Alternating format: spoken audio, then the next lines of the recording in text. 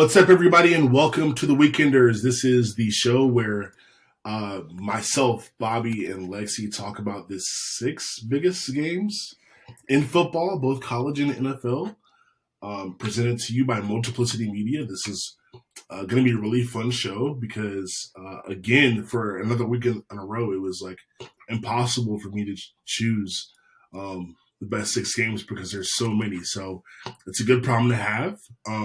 But first of all, how are you guys feeling, Lexi, Bobby, after another great week of both NFL and college football? That could be better. Great week for me. Well, minus the Lions, but I'm riding Michigan football, baby. Let's go. Yeah, and I'll just say, a little too optimistic on my end last week, obviously. Got a little dose of reality.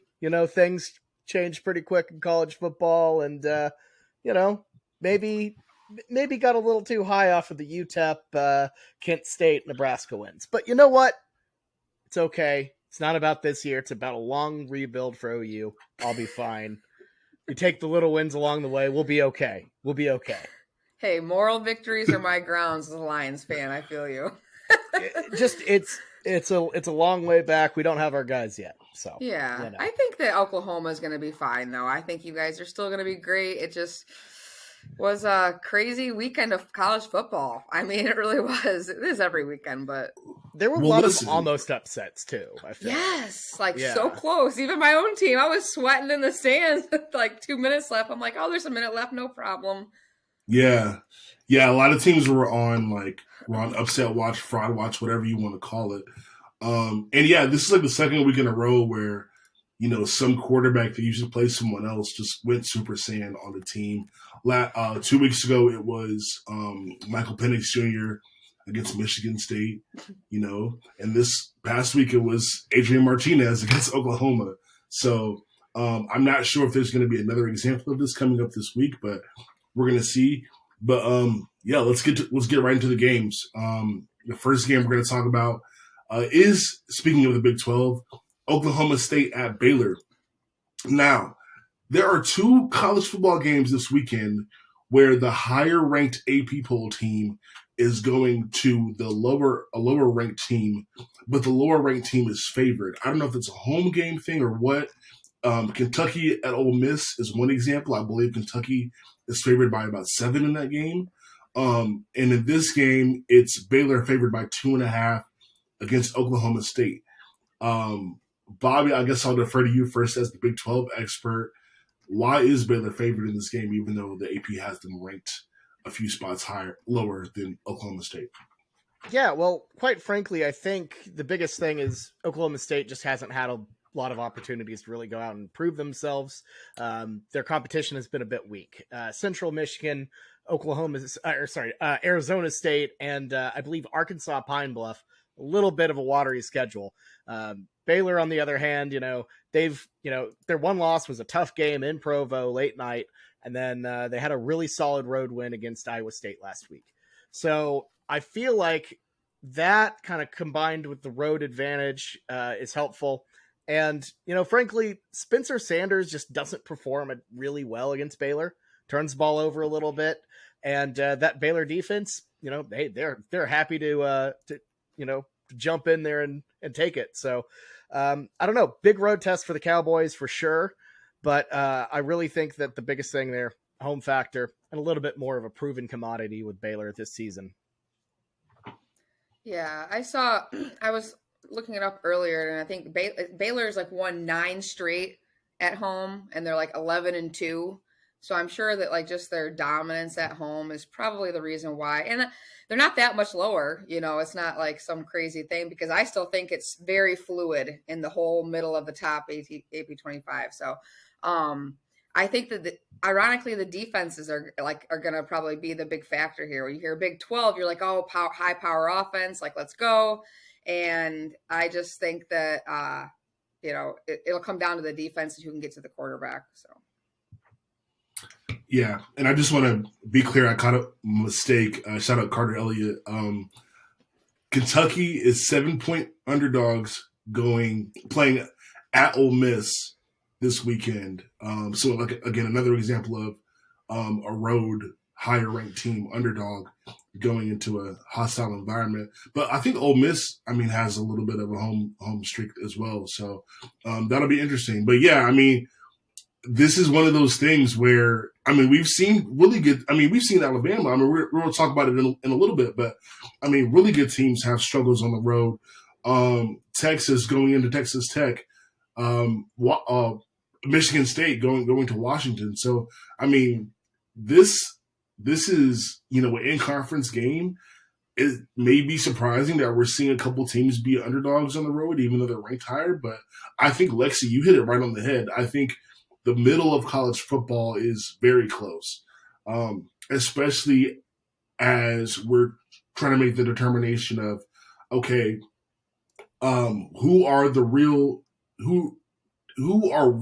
is really the top 25 in college football, because you might still have the AP voting. This is kind of the weird time of year where like the AP is sort of still voting on confirmation bias a little bit versus, you know, we're seeing some teams that might be like undefeated or have a good record, but the AP is still hanging on to their preseason favorites, so the voting is a little weird. So we're getting into the time of year where teams are starting to separate themselves, and so this is a big opportunity for Oklahoma State to either show that they for real and they belong in the top 10 and you know are seen as contenders in the Big 12, or does Baylor play that role with a big win at home?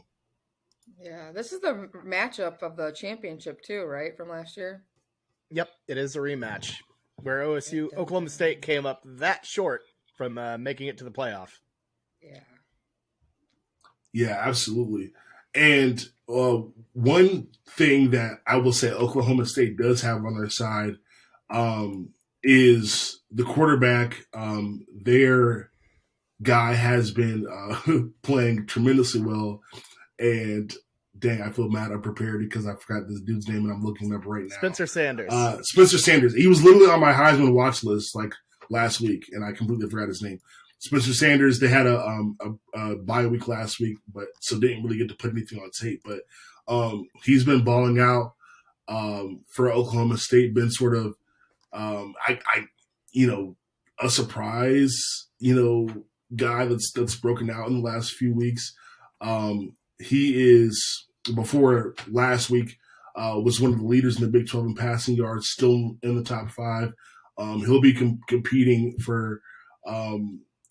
He'll be competing as that guy, as one of the guys who's going to help lead Oklahoma State to hopefully big things this year. So, they have that guy on their side. I'm not sure. Like you guys mentioned, Baylor has a lot going for them, but when you have the quarterback, normally that goes a long way. Yeah, no, definitely. And, he's super electric on the ground, through the air. But, as I mentioned a little earlier, he is a little bit turnover prone, a little bit mistake prone. So if he can keep it tight, keep things, together, Oklahoma State will be very good. It is really about that defense, though. And one of the bigger questions around here is how much that Oklahoma State defense has regressed without Jim Knowles in control. And I think Saturday is going to be a real prove it moment because, I think it has quite a bit. So they're not the guys they were last year. But I also don't think Baylor's offense is what it was last year as well. So I think it's going to be very intriguing. Yeah, I think that's the interesting part, though, is you mentioned, the quarterback. I mean, historically, has had turnover issues, but this year so far, with the caveat that it's only been 3 games, he's only thrown 1 interception so far this year, so against 10 touchdowns. So that is something that he's going to have to continue, is to take care of the football, and that'll if that happens, then this could definitely be a victory for the underdog Oklahoma State Cowboys. Lexi, how you feeling about this game? Like in terms of who comes out with the victory? Yeah, I am still uncertain about Oklahoma State.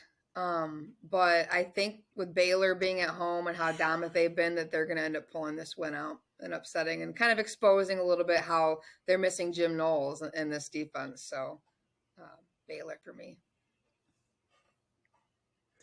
Yeah, I like the Bears as well here. I think it's going to be a really good game, honestly. But ultimately, I think Baylor is just a little bit more well-rounded. Just from what I've seen out of Oklahoma State so far, it's just I don't know. I'm not sold yet, and I think this is going to be a massive test for both teams for sure. But I think Baylor just kind of has the mettle to get it done, and I think that home crowd, at McLean Stadium, it's pretty good. It's pretty good. I'll give them that. I'll give them that. Here's a fun fact for those like possibly betting on this game, or maybe something that you'll have to like wrestle with if you're betting on this game. So Baylor is third in the Big 12, like third best in yards allowed on defense. So they're allowing about 305 yards a game, which is, not great, but for the Big 12, it's pretty good. Top 3 in the Big 12 so far. Oklahoma State, 511 yards of offense, which is second in the Big 12, right behind Oklahoma. So definitely a strength on strength type game, and it'll definitely be interesting to see. And I don't know, man, that like home favorite, it can be scary sometimes. It's a really small line, so I think Vegas is saying this is going to be a close game, but I don't know. For me, I don't place bets, but if I was gonna do it, it would be a stay away for sure. I don't know about y'all. I feel confident about Baylor. Yeah, there you go. There we go, Bobby. Let's bring some confidence into this. All right, 3:30 Saturday. That should be a fun one. Moving on to the next game. Next game is Alabama at Arkansas. Number 2 Alabama and number 20 Arkansas. Both teams ranked. Both teams are. Arkansas. I can say Arkansas is balling out in the SEC. They're not doing too bad. This is interesting for a lot of reasons. We'll get into this more as we go on, but I do want to mention this was a closer game than people thought last year. Alabama, was the hot team. They went to Arkansas and, came out with the 7-point victory. So I'm not sure what the line was last year, but I'm sure it was a lot more than 7. So this could be another spot where Alabama possibly upset or almost upset, because we've seen Alabama struggle on the road this year. But this kind of seems like a silly question, but I gotta ask, because both guys are balling out this year. Who do you like better in this situation, KJ Jefferson or Bryce Young? I'm gonna have to say Bryce Young here, just because I saw like what he did and was capable of last year. Although I am very surprised at the spread in this. I know Alabama is Alabama, but going to Arkansas and the fact that they're ranked 20th, 17.5 is what it's at, right? Yeah, 17.5. Yeah. Mm-hmm. Yeah. No, I trust Bryce Young in this, but I'm excited to watch the showdown because I think it's going to be a very good game. Yeah, no, I'm thinking this is going to be a great one as well. Arkansas played very well last week, but got hit with that rare doink off the top of the upright. People are calling it the oink doink. So Bears fans, you now have some people to commiserate that with you in Fayetteville, Arkansas. But no, I'm with you. I feel like these are always tricky whenever Alabama looks a little wounded. There's a tendency to be like, oh, they're down. This is who Alabama is. They're not very good. And then they turn around and smack in the just blow up on a team. So I don't know. But I personally am going to ignore that inhibition to fade Bama and the Tide or to not fade them, because I think Arkansas bounces back here. I think that that Fayetteville will be absolutely rocking. That is a crowd that just really brings it. I feel like it's just a really weird place. But I feel like Arkansas is going to keep this interesting at least. I like Bryce Young. I know that's not the original question was Bryce Young. I like Bryce Young to get it done in clutch situations. He clearly showed that against the Texas Longhorns earlier. So if you have to give me one guy to give me a game-winning drive, by far Bryce Young. But I think KJ Jefferson can definitely keep it close. Yeah, I think that's the thing. I think it's the exact points you mentioned. The problem is as bad as Alabama, or as average as Alabama has been, or bad, you can average or bad, whatever you want to say. As Alabama has been on the road, it always seems like if Alabama and the Crimson Tide and Bryce Young get the ball last, they're winning that game. Like in all these games, whether it's LSU last year, Auburn last year, Texas this year, Bryce Young has the ball last. It's curtains for the other team, no matter how close of a game it is. So from that perspective, like who would I rather have? It seems like the right answer should be Bryce, but you got to give a lot of credit to KJ for how he's performing this year. He's doing it on the ground and through the air, and he's got this team in a good spot. And Arkansas is doing a lot of things well, but KJ Jefferson is definitely at the head of the snake. But yeah, as long as like I said, as long as Alabama's close, Bryce Young always seems to be the guy that gets them over the hump at the end of the games. But do you guys think that Bobby, I know you said probably not, but like Lexi, like what do you think? Do you feel like Alabama will continue to have a hard time on the road?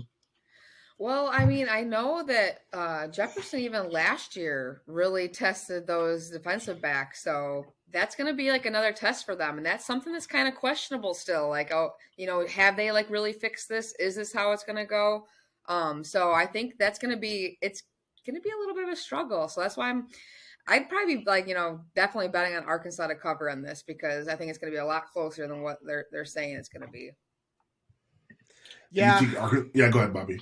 Oh no, go ahead. So you're in on Arkansas covering. I'm also in on Arkansas covering as well. 17.5 just feels like a lot to me right now.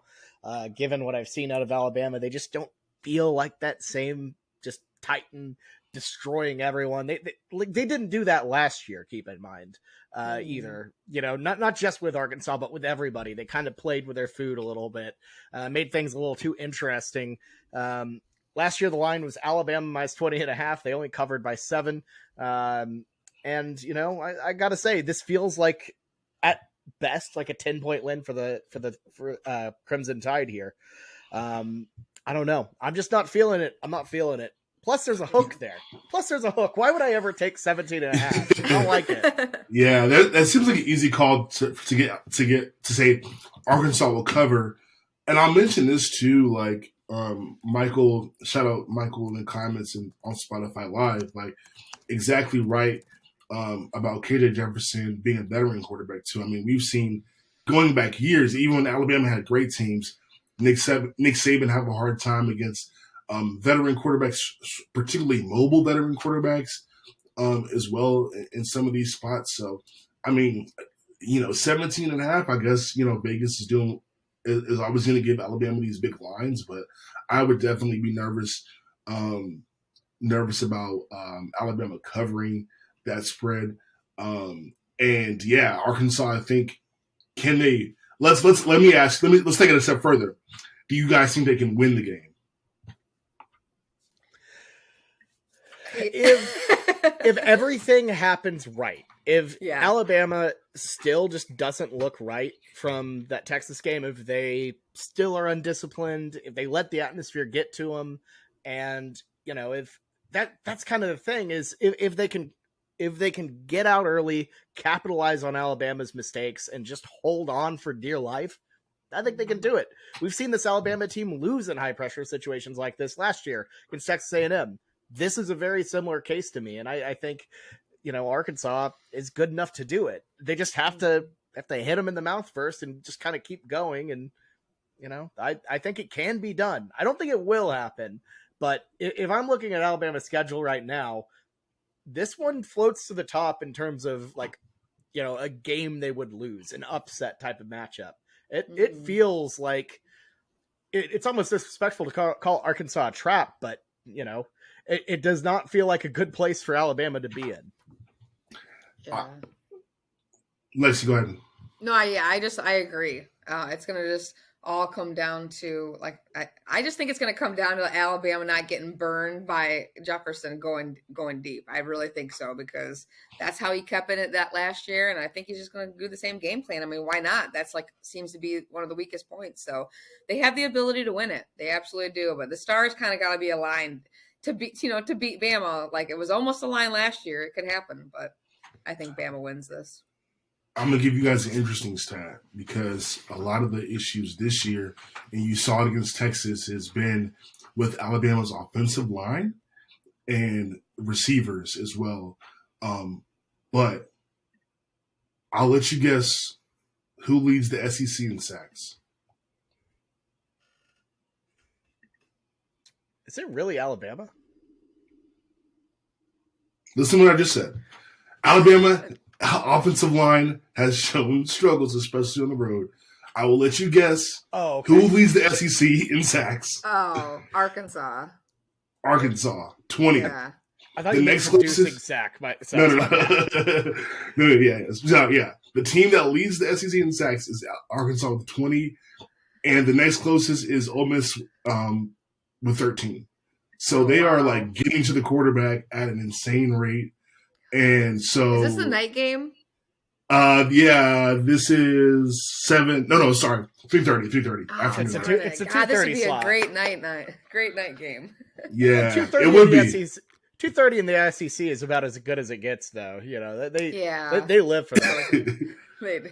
Yeah, they live for that slot. So yeah, and actually, it gets even better. Arkansas leads at the FBS in sacks. So no one's getting to the quarterback more in the country than Arkansas. So that, like, for me, like, that would be, if Arkansas is going to win this game, like, as much as we talked about KJ Jefferson and the quarterbacks and all that stuff like that, if they can get to Bryce Young, like, that might be their shot. That might be their shot. So, great game. Probably one of the best of the weekend for sure. Definitely looking forward to watching that one. I actually had to see if it's at the same time. It might be at the same time as the UNC game. So I don't know. I'll be flipping back and forth for sure. But definitely looking forward to that. Let's move on to our last college football game of the show. It's going to be number 10 NC State going down to Clemson, who's still top 5, deservedly so, even though they almost were upset by Wake Forest, who's a very good team in their own right. But speaking of Wake Forest, do you guys feel like they exposed Clemson's defense? Because Clemson's defense was supposed to be the strength of the team, and Wake Forest, and particularly Sam Hartman, did what they wanted to in that last game, and almost came out with a victory. So, yeah, how do you guys feel about what we saw after that game? You can go, Bobby. Oh, okay. Yeah. No, I will say I think it has kind of confirmed the theory that, you know, Clemson's defense just isn't the same without Brent Venables. I feel like that it. No, hold on. I think losing Brent was a big deal.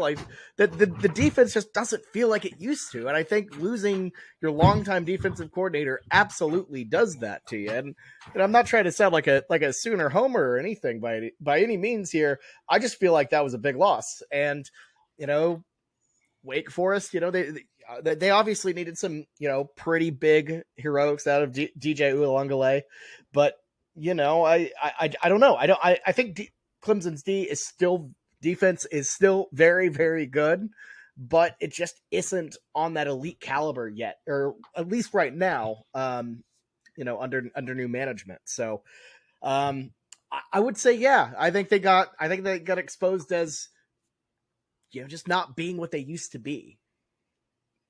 Yeah, I agree. I thought their defense was definitely exposed. It stinks. Like, it was bad all around. Although you said, like, Wake Forest is a good team.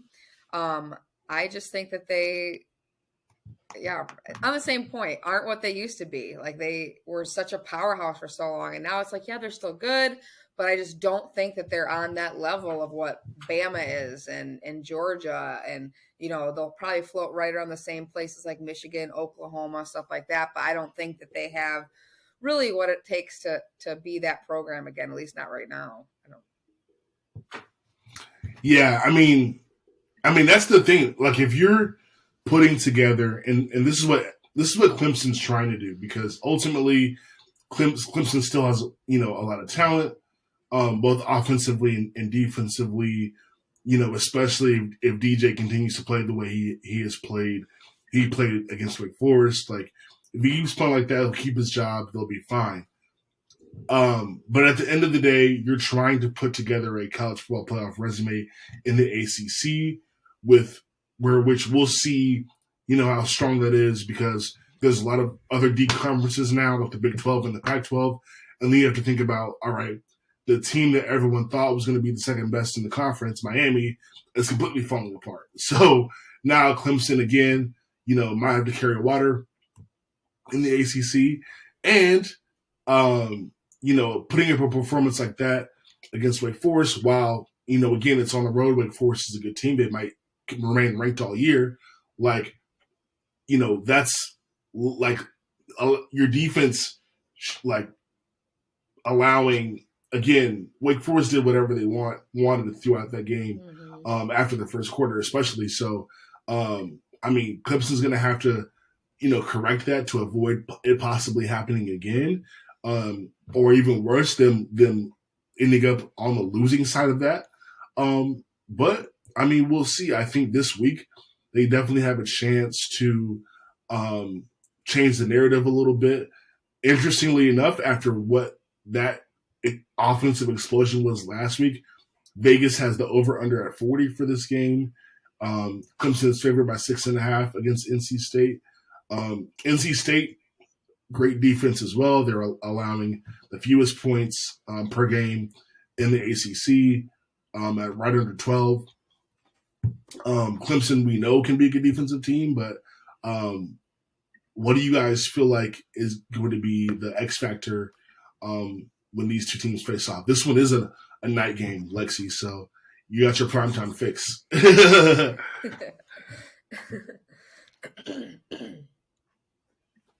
I'm sorry. Go ahead. It's okay. No, I think the X factor here squarely rests on NC State's ability to contain DJ Uiagalelei. I always think I have it, and then I don't. DJ Uiagalelei. The ability to contain him on the ground and kind of make him beat you through his arm is absolutely just critical for NC State. And it's something that actually helped them in their earlier game against Texas Tech.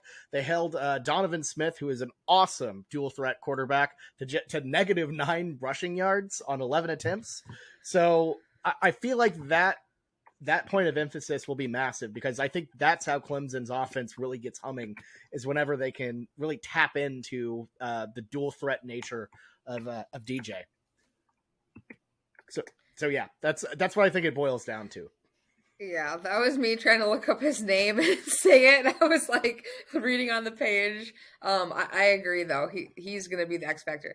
I always want to say like ukulele, because that's like that's how it's basically like spelled and pronounced. But yeah, no, it's gonna be a great night game. Great atmosphere.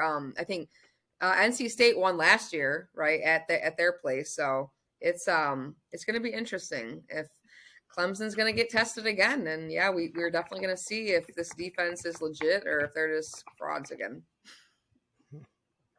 Yeah, NC State did win that game in Raleigh, so that was a big win for them. That was one where, like, I remember watching that game, and like it was like kind of one of those like slow, like defensive struggles. The offenses didn't really do great. I think there was like some weird special teams play that also happened. So that was a weird one last year, but yeah, DJ is going to have to step it up. Devin Leary, who, coming into the year, a lot of people thought, was going to kind of stand out in the ACC. He's been okay. 890 yards, 9 touchdowns, 2 picks. Pretty low QBR, 48.5, but, he has a chance. He's to, do what Sam Hartman did last week, and keep NC State's hopes alive. And possibly, I don't really subscribe to this, but some people think, this could definitely be sort of a changing of the guard in the ACC if NC State does pull out this win, and they might end up with a pretty good resume. For the committee if they beat this they beat this Clemson team, excuse me. But we'll definitely see. But yeah, any predictions? Are you guys riding with Clemson, the Wolfpack? What you got? I'm not set on Clemson. I just am not yet. I think that I should say though, I think that they'll pull out this win. Just because it's at home and their atmosphere is crazy at home. That's going to be probably the one factor they have in their defense in this. So it's going to be close though, and NC State's going to make them absolutely work for it. So I have Clemson in a close one again, or this time. Yeah, this is a tough line for me because I think there is a chance Clemson does snap into it, really get everything clicking. But I really like NC State to keep this really, really close. I'm talking 3 points close. Death Valley, obviously a great atmosphere. If this game was in Raleigh, I would be all on the Wolfpack. But I don't know. I feel like Clemson at home, they're hard to beat, but I think they're gonna get really close to taking them out. So I got NC State to cover 6.5. I think it's there's a very good chance they win, but I just think that might be just a step too much. Yeah, I think I'm right with you there. I think Clemson, again, if it's a defensive battle and it's close, I think I trust Clemson more because they've been in the situations. Big emotional win last week. They definitely could have a huge setback, but Bobby, I completely agree. If this is in Raleigh, I think I'm riding with the Wolfpack because having to go on the road back-to-back weeks especially after an emotional win, I could see that taking the air out of Clemson if it's a defensive struggle. But I think Clemson being at home will give them the extra push they need if this game is close at the end to carry it. And, just looking at the way NC State's offense has been against pretty weak competition, to be honest, doesn't really give me that much confidence. This will be the Wolfpack's first road game since week 1 at ECU.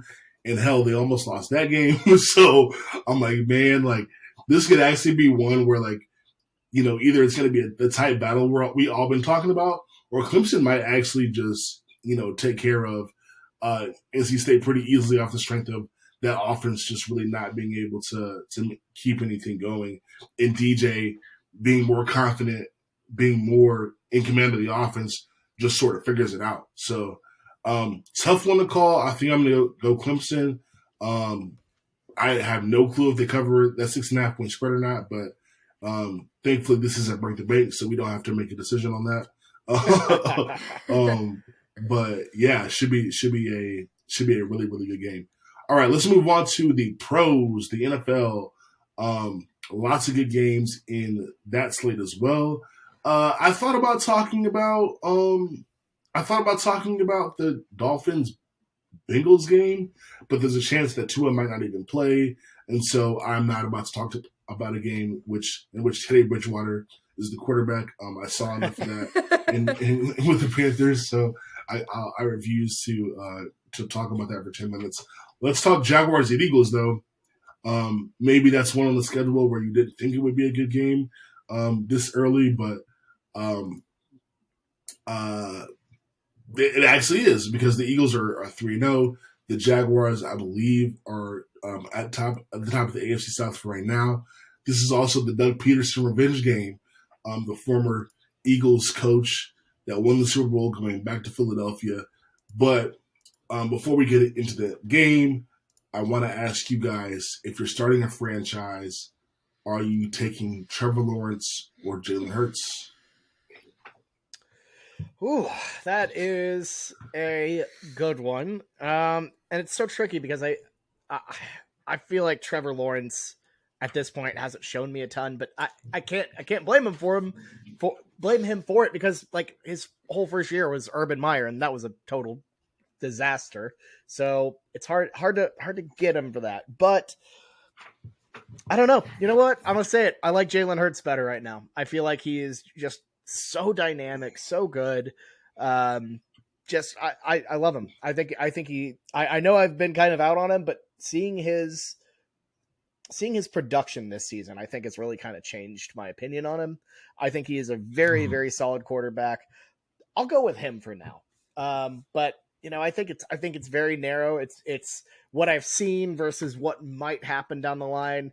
And for me, I like the tangible more than what might happen. Even though what we haven't seen, even though the reason we haven't seen it is because Urban Meyer is a weird jerk. So I don't know. Yeah. I think if you asked me that in the beginning of the season, I would have said Trevor Lawrence.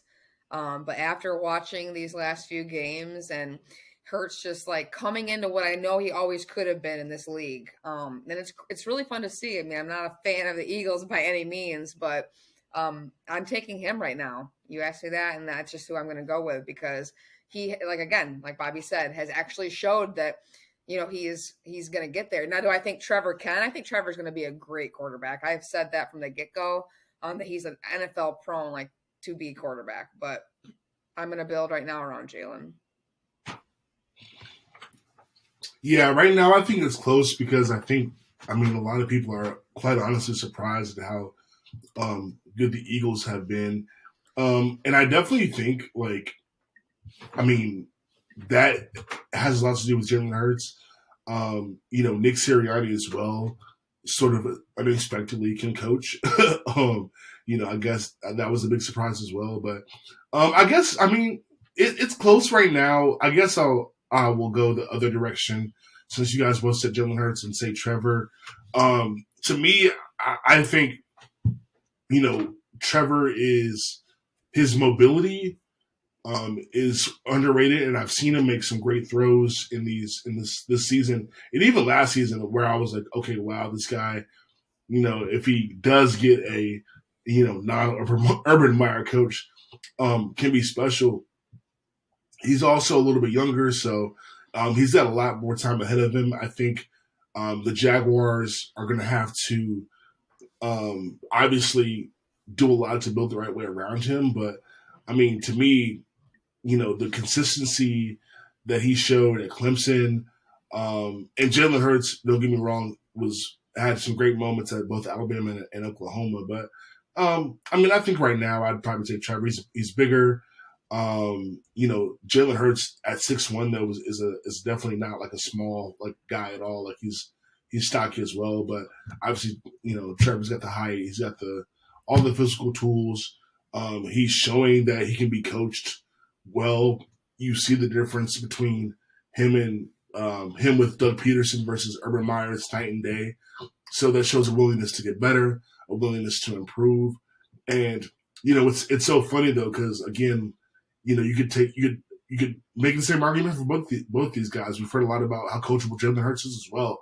So this is honestly a tough call, but I'll just say Trevor to be different. But definitely two guys with bright futures. But talking about the game for a little bit, the Eagles are favored by 6.5. We just saw the Jaguars completely obliterate the Chargers, though. Which, to be fair, the Chargers are pretty banged up, but that looks like the Chargers didn't belong on the same field as the Jaguars. The Jaguars were doing whatever they wanted on offense. How do you think that will go as the Jaguars go into go to Philadelphia and play an Eagles team who has been actually pretty stingy on defense in these last few games? The fact that it's just at Eagles, I think, is a big thing here. I was shocked as anybody, with seeing what Jaguars did last weekend, but this is Philly, and I really think that they're probably the best team in the league and is going to be. I really believe that. So it's going to be a struggle for them going in there, and I think Trevor Lawrence is going to kind of get a little wake up call too with that defense. Yeah, the Jags are. They're difficult to project right now because they've looked really, really good. We obviously, other than their week 1 loss to the Commanders, they have just been stellar. That blowout against the Colts at home, and then that road win, big time parentheses there, because Charger fans are a myth, like Santa Claus or I don't know, the Easter Bunny. They just don't exist. Wait, what? Charger fans? Yeah. Oh no. I'm just kidding. Oh no, we haven't. That's funny. So yeah, I think it's going to be a very, very tough environment for them. Pretty seasoned on the road so far, but I don't know. They're hot. They're hot, and it's hard to not ride the hot hand. I will say that. But so are the Eagles. The Eagles are also hot. This is a really good game. So honestly, good on you for picking it, because I don't know. It's tricky. It's hard to talk about. Well, yeah. Like Max said earlier, though, it was like you look at this game like in the beginning of the season, you're like, oh god, this is going to be a terrible matchup, and now it's turned out to be one of probably the best games of the weekend. Yeah, 100%. I will also say this: to side with you guys on the Eagles, like there's two teams in the NFL right now that are top 5 in both offense and defense, and I just mean like in terms of yards. The two teams are the Bills and the Eagles. So the Eagles and Bills are top 2 in offensive yards per game, and the Eagles are 5 and the Bills are 1 in defensive yards per game. So the Eagles are really balanced as a team, and it's hard to beat teams like that, especially going in their place where they have the crowd, they have the energy, and the Jaguars are going to be a really frisky team this year, but battle tested. Bobby, to your point, going to LA to play the Chargers isn't really that big of a home field advantage for the Chargers. So I think this is probably going to be their first like real test. And I think if the Jaguars keep this close, with the way the AFC South is going, it's going to tell us a lot about what the team can potentially do. If they win this game, obviously, it's going to, they're going to be the talk of the town, right? I mean, that's just going to be what it is. So I got to side with you guys. I think I would take the Eagles as well. 6.5 though, I think I'm taking the Eagles to cover that too. The Eagles are just like really, Lexi says they could be the best team in the league. Like, that might not be that far off. I'd probably still take the Bills, but I mean, yeah, I think one of the top for sure. Cause they're playing out of their minds. Just my opinion. I think one of the two, like 2 or 3 for sure. But I think the Jaguars. I think the Jaguars might be too much for them this week. So I think I'm going to have the Eagles keeping. I think the Eagles are going to cover that 6.5 for sure. All right, let's keep it rolling to Bills at Ravens. Another 2 great teams, 2 MVP candidates, but Lexi, I'll let you go first. Who's your MVP so far? Josh Allen or Lamar Jackson? Oh man, I love both of these guys so much. But I'm just gonna have to go right now with Lamar, because I just think that as good as Josh was last, and he's been good, but like he's been kind of stopped a little bit with like who he's been facing up against, and Lamar is just killing it on the ground. I just can't. I have to go with him. Yeah, it's tricky. And, really looking at stats, to me, like, they aren't everything. And I think that's a tricky thing when trying to figure this out, because I feel like looking at Lamar, he impacts the game differently. And then I look at Josh Allen's rushing yards.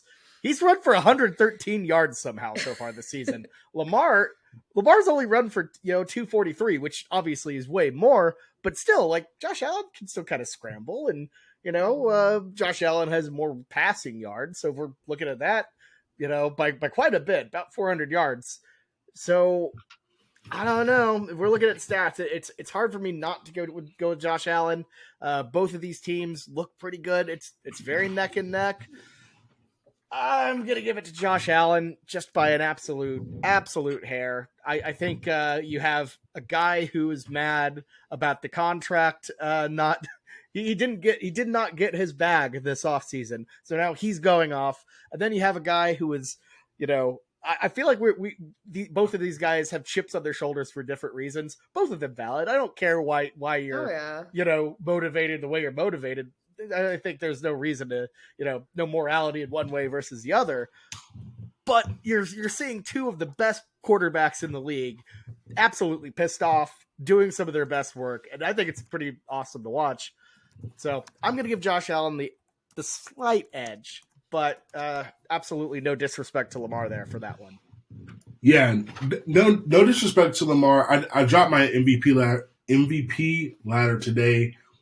Go check out Multiplicity MG for that on Twitter and Instagram. But I had Josh Allen as my number one guy. It's very close. Both guys have looked very dominant.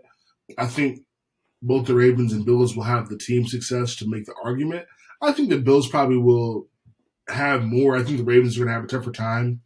But that's another conversation for down the road. But anyway, I have Josh Allen as my number one right now. And, of all the things you could nitpick, especially with the yards, because they both are good runners, they both are good passers. Lamar is leading the NFL in passing touchdowns. Josh Allen is leading the NFL in passing yards. Like, it's very neck and neck for me. But I guess my determining factor was Josh Allen leading the league in passing yards and Lamar being like 17th. So I'm like, yeah, like I know he's got the rushing yards too, but like if it's neck and neck, then we're talking about, the MVP and, one guy like is just the numbers are dominant, right? Like you gotta like look at the most.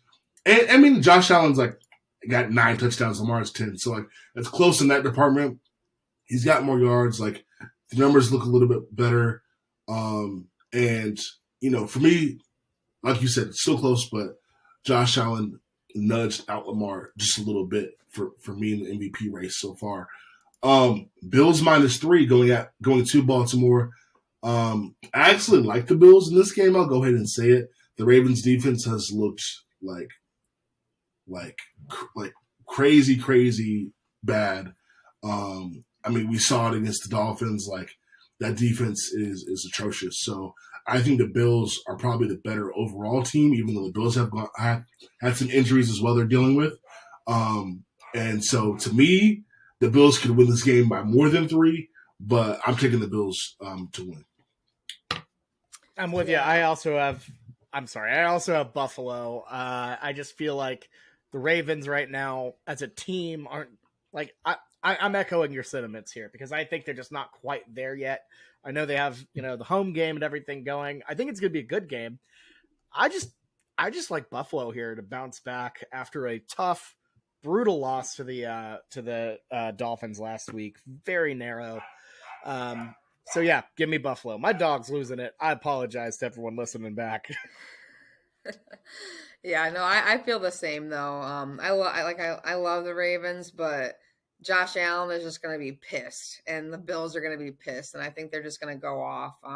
So I definitely like the Bills in this game. Yeah, I mean, again, for me, it all goes back to the defense. The Ravens are dead last in total yards allowed per game, so they're giving up a bunch of yards around towards the bottom of the league in points allowed. So they're giving up a lot of points, about 25.7 points per game. So, I mean, again, Josh Allen comes to town. You're not really worried about the Buffalo Bills' ability to score because they can put up points in bunches. So yeah, I think the Bills again could easily cover that -3. But it could be an offensive battle if the Bills aren't able to stop Lamar. But that's not really pointing the finger at them or saying that they're not a good defense because Lamar has been very, very difficult to stop so far. So, yeah, I got the Bills winning this game. I can't really say much more than that. But I'll ask you guys this because I think I mentioned it before. I think the Bills have a higher ceiling because I think the AFC East is a little bit weaker than the AFC North. But which team do you guys think has the higher ceiling, the Bills or the Ravens? I think the Bills do, especially coming off the year that they did last year. And like we said, just this offense can score a lot of points. Especially with Diggs. The Josh Allen and Diggs every time. It's definitely higher for them. Yeah, I agree. I think it's Buffalo. I think, and really, again, no dig towards the Ravens, but I feel like Buffalo still is the best team in the NFL at the moment. I think their roster is good. I think they have motivation. I think they're playing really well. They're clicking. And, the Ravens, I think, are a solid team, just not quite there. Just not on the same playing field, in my opinion. So I think the Bills' ceiling is a little bit higher here. Yeah, I got the Bills again in an easier division. A little bit better team, obviously, on both sides of the ball. Should be a good game, and it should be fun to track who has the better year and who possibly comes out as the MVP between Allen or Lamar, or it could be somebody else.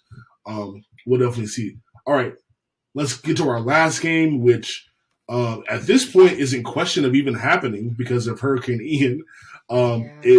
It's the Buccaneers hosting the Kansas City Chiefs. Latest news says that Minneapolis has been chosen as a contingency site in case the game is relocated. So it's Wednesday now. I don't know when they're going to decide if they need to relocate the game, but a rematch of the Super Bowl a couple years ago in Minnesota would be interesting. But assuming the game does happen, whether it's in the midst of a hurricane or whether it's in Minnesota, how do you guys feel about who has the edge in this game? The Buccaneers have looked a little rough, but have kept their games close. The Chiefs lost to the Colts inexplicably with some special teams gaffes last week. So who do you guys like in this game? Yeah, I wish there was some sort of gambling resource where you can see specifically how teams play if their game gets moved, like how the home team plays on the road. Do they cover the spread? Because I can't imagine this is easy. Hurricane Ian. The practices are moving down to Miami too. Yeah, so they're practicing somewhere new this week. It's got to be tough. And so, frankly, I feel like the fact that the Buccaneers have had to deal with that, and the Chiefs just haven't. They haven't had to live the rest of this week being like, "Hey, I hope my house is still here." So that's I think a real human benefit. I know, obviously, adversity and all that has fueled teams in the past, but I don't know. I think Kansas City as a whole has the edge right now. I feel like they're playing, bad Colts loss aside, they have played pretty well. So I like KC here. Especially with everything going on, especially with the spread only being one. I think they jump back here, but very interested to see how this plays out for sure. Yeah. I've always preached, never give up on Tom Brady, but I tell you, if there was ever a time that I'm like, okay, this really might be it, it's now. They've looked rough as a whole. I know he's always gotten angry on the sidelines, but it just feels a little different. Like he's just tired and over it. I mean, I'm trying to not read too much into it, but any other time I'd probably say the Bucs and Tom Brady, but on top of the unfortunate events that are happening down in Florida, and then with whatever's kind of going on with Tom right now, I just don't know. But I think the Chiefs overall, like Bobby said, have an edge in this, and especially if it's moved up to the Midwest, from Florida, that's just another little perk of not having to play in Florida and around their fans. So I don't know, we'll see, but I think Chiefs will take this one. Yeah, the Buccaneers are reaping the benefits of having a defensive head coach. Todd Bowles has that team doing a great job on defense. The Buccaneers are allowing 9 points per game, which is absolutely insane. Again, Aaron Rodgers doesn't have many people to throw to, but definitely seemed to keep him in check last week. We saw what they did against the Cowboys in week 1, who the Cowboys playing everybody else, seems to be great offensively, but, completely laid an egg against Tampa Bay. So, I mean, that's going to be a hard thing for them to travel like that. But defensively, I mean, Todd Bowles is definitely doing his thing on that side of the ball. And offensively, like you said, Lexi, we've seen some struggle. But yeah, I don't know. The Chiefs definitely, like, in this spot can definitely, I feel like maybe, I mean, they're favored by 1, so I wouldn't call it a huge upset. But even if the game is moved, it's going to be about who can adapt to that situation. I think the Chiefs' structure is built better to adapt than the Buccaneers are, because the Buccaneers, like you said, I think Bobby said it, you got people worried about their families. You got a team that already sort of tends to lose focus at times a little bit, and now you add this on top of it. So, I mean, we could definitely see a game where the Chiefs just come in and wipe the floor with Tampa, because they seem to be on the fringes as it is. But yeah, I don't know. It should be a good game. Hopefully, they're able to figure out soon whether they're going to move it or not. But definitely want to look forward to. I think I'm going to take the Chiefs. I feel like that feels like a safe situation. If it's at home, though, if the Buccaneers play this game in Tampa, I think I might lean Tampa. Even though because the conditions will be crazy. I don't think the Chiefs will necessarily be there's no way to prepare for that. If you're the Chiefs, so if it's in Tampa somehow, then I'm going Buccaneers all the way, especially with the way the defense has been playing. But I feel like if it's in Minnesota, then okay, it's almost a neutral site game. Give me the Chiefs.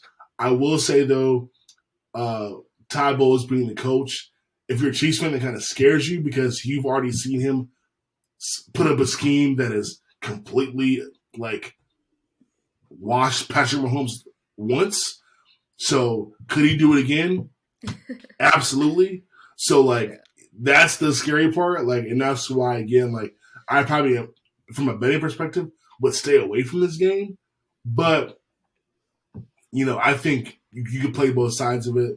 And if this is in Tampa, or even if it's in Minnesota, there's a way for the Buccaneers to win this game on defense. But I think the Chiefs do win if they have to, if the game is moved. I'll be shocked if it's Yeah. played, because man, I've been seeing some of those videos down there, and it's crazy. Yeah, been seeing sharks on the highway and stuff. Yeah, and to be fair, it's Twitter, where clearly nothing's ever fake. But no, real things, real jokes. Joking aside, I hope everyone, if you're listening down here, you're doing well and all that good Praying stuff. for you. So, absolutely. Yeah. Hopefully, everyone in Florida is definitely staying safe down there, because it's a mess from what I've seen so far. It's a hurricane, so of course it's a mess. All right, let's get to the final part of the show, the fun part, lock of the week. We did not do well last week. None of us did. I suck. My Bills over Dolphins pick was an L. Bobby, Oklahoma -13 was an L. Lexi's Bucks -2 was an L. So we've been doing this. This is our third week doing this. So that brings the grand total to me at 0-2, Bobby at 1-1, Lexi at 0-3. Again, she lost twice last week because of the double whammy there. But yeah, Bobby, since you're the lead dog by 1, just because I haven't lost yet. Yeah, tell us your lock of the week. I'm the only one. Sorry, it's not that I haven't lost yet. I'm the only one to actually have a lock hit. So, but yeah, no. Last week I learned, don't lock with your heart. But that's all. It's all whatever. Water under the bridge. I'm gonna go with Baylor -2.5 here. I feel like at home. Look, they're at home. I feel like they're a better team. I feel like they're a more complete team. And Oklahoma State, to me, I think is just kind of bound to kind of trip up a little bit. I think 2.5 completely reasonable. So give me Baylor to cover. Can you guys hear me? All right, that's Bobby's lock of the week. Baylor covers the 2.5 point spread. I'll go ahead and give mine. My lock of the week. This is so tough because there's a lot of a lot of these games this week I'm definitely unsure about. But you know what? I'm gonna stick with my feelings about you know what? Never mind. I almost went Bills again, and I'm not gonna put my trust in the Bills again this week. So I'm gonna take Clemson to cover the 6.5 point spread at home. I think that NC State, as well as they're playing, isn't quite ready for this moment. I can see NC State winning by a touchdown in this game. I'm sorry, I can see Clemson winning by a touchdown in this game or more. NC State, again, doing great on defense, but not really loving what I'm seeing offensively from them. So I'm going to take Clemson Clemson minus 6.5 for my lock of the week.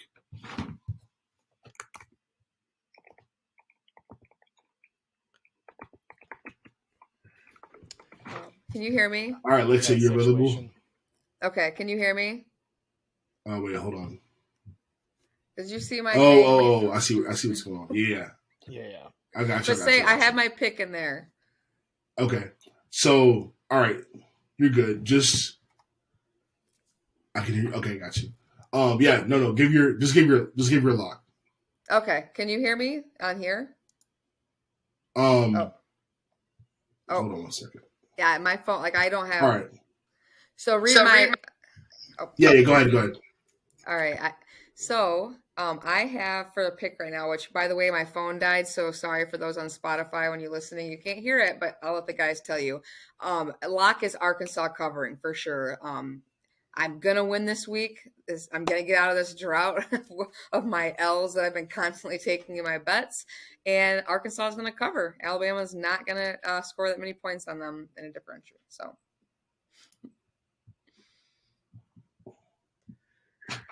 All right, folks, you heard it there. Sorry, there might be like an echo in that segment.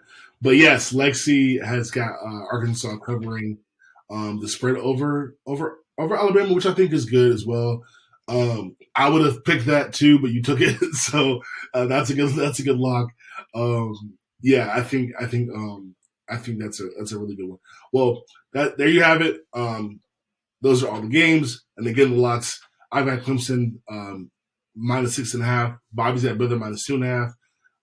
Lexi's got Arkansas plus 17.5 to cover at home against the Roll Crimson Tide. I'm about to say against the Roll Tide. All right, it's time to end the show. Y'all be easy. Have a great one. We'll see you next week right here, wherever you watch, listen, whatever. We'll see you next week. Peace. See y'all.